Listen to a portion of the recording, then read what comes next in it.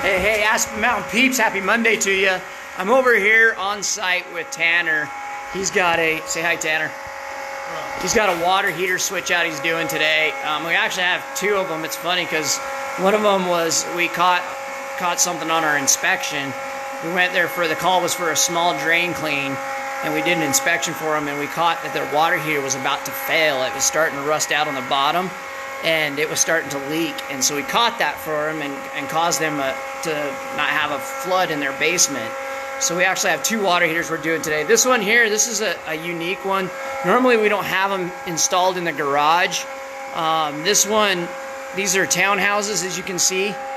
And in these townhouses, almost every single one of them is done just like this, where they put them inside the garage. That noise you're hearing is Tanner's little pump. He has a pump that he pumps out the water with and puts it down the floor drain. This is the old one we're about to take out. It had failed and was dumping water out into the pan and into the floor drain. So he's going to go ahead and take this one out, and we're going to switch it out for him. But notice this is electric. Most of them around here are not electric water heaters. Most of them are natural gas water heaters. This one was a little weird. I think most of them around here are electric in these townhouses, but the way they install them so close to each other and on that wood right above the crawl space is just crazy to me. But this is just a unique system for Wyoming. They don't normally put them in the garage. Notice over here in the corner, they have inside this actual room, they have a heater over there. I can't see it with this side, but they have a heater over there next to that ductwork to try to keep it from freezing. That's been a problem we've had with these water heaters over here in the garages, is that they freeze in the wintertime. And not the smartest idea in Wyoming to put a water heater in the garage, but that's what they did with these townhouses. So we're over here taking care of it. We're going to get it taken care of. Tanner's busting his rear end to get her done. We're going to give him a new expansion tank, brand new water heater pan, and everything will be redone and pressured up, tested. We may have just sold a scale management system, it sounds like. So, you know, that's the way it works. You come into these homes, you talk to these individuals, you show them the price tag, and you say, hey, if you install something to take care of it, it'll last longer, and, you know, it'll protect that expensive investment. Luckily, you know, we've gotten the name around here as being the full service. You know, we come in, we give people a full service.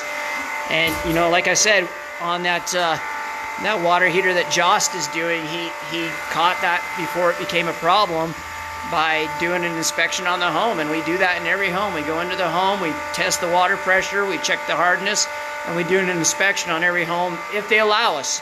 There are some customers that don't want us to do that inspection, and that's okay, that's fine. But we're trying to provide the best service we possibly can. It is awesome to come down the road, though, and see that nice truck right there.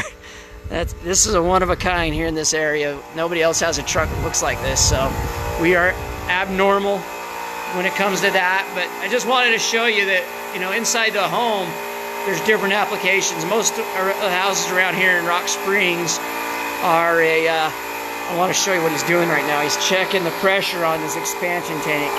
This is something that a lot of plumbers around here don't do, is they check the pressure. What he's doing is he's taking the pressure off the house water line, and then he's pumping the expansion tank up to the pressure of the water line coming in, or the water coming into the house. And what that does, that creates equal pressure. So when there's thermal expansion take place, it'll go into that tank, and because it's under the same pressure as the house, it'll act as a shock absorbent and just take that expansion, allow it to come up, and then kick it back out with no problems. So that's what he's doing right there. But yeah, this is just an example. Like I said, most of the houses around here, I'm going to get out here so you can hear me. Most of the houses around here don't have the water heater in the garage. Most of them are in a basement. And so this is an abnormal one. That's why I wanted to do a live over here to show that there's different applications in every home. And that's why we have to come out and take a look at it. I mean, this townhouse is different than the house on the other side of town, or even just my house, which isn't that far from here, that has a basement. And that's where our water heater is in the basement. So you know, when people call, well, why didn't you need to come and take a look? Well, that's why. Sometimes the water heaters are in garages. Sometimes they're in attics. There's been a few houses over in Green River. We've had them up in the attic space, like an attic area where they actually have the utility room. So it just depends on where it's at to know how much it's going to be to get it down. We have to be able to look at it and give you an accurate pricing. Hopefully that gives you a little bit of information. You get to see a little bit of behind the scenes. Tanner doing some work there. That's kind of the cool stuff, is you get to see that stuff live. If there's any plumbing problems or anything like that, give us a call at 307-922-4413. If not, have a wonderful day, and we'll catch you tomorrow.